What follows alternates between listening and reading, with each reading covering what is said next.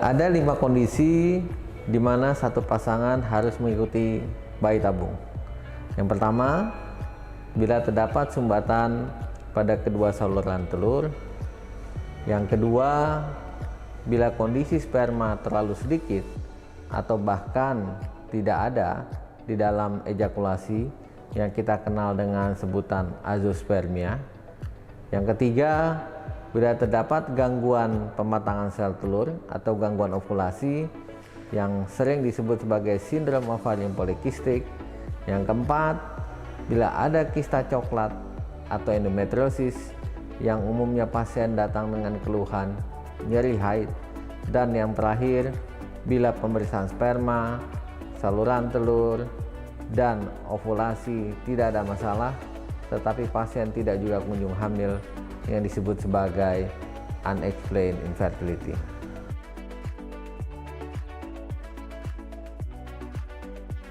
Ada beberapa kondisi yang harus disiapkan agar pasangan yang mengikuti program bayi tabung dapat mendapatkan kehamilan yang cukup tinggi.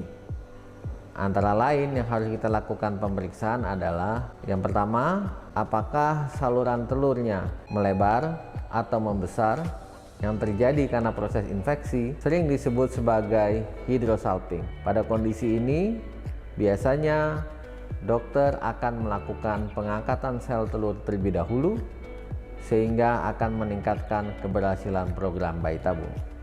Yang kedua, adanya masalah di dalam rongga atau di dalam kafum uteri atau di dalam rongga rahim. Biasanya bila kita jumpai adanya polip, endometrium, ataupun adanya miom yang terdapat di dalam rongga rahim sehingga bisa menghalangi embrio untuk menempel di dalam rahim.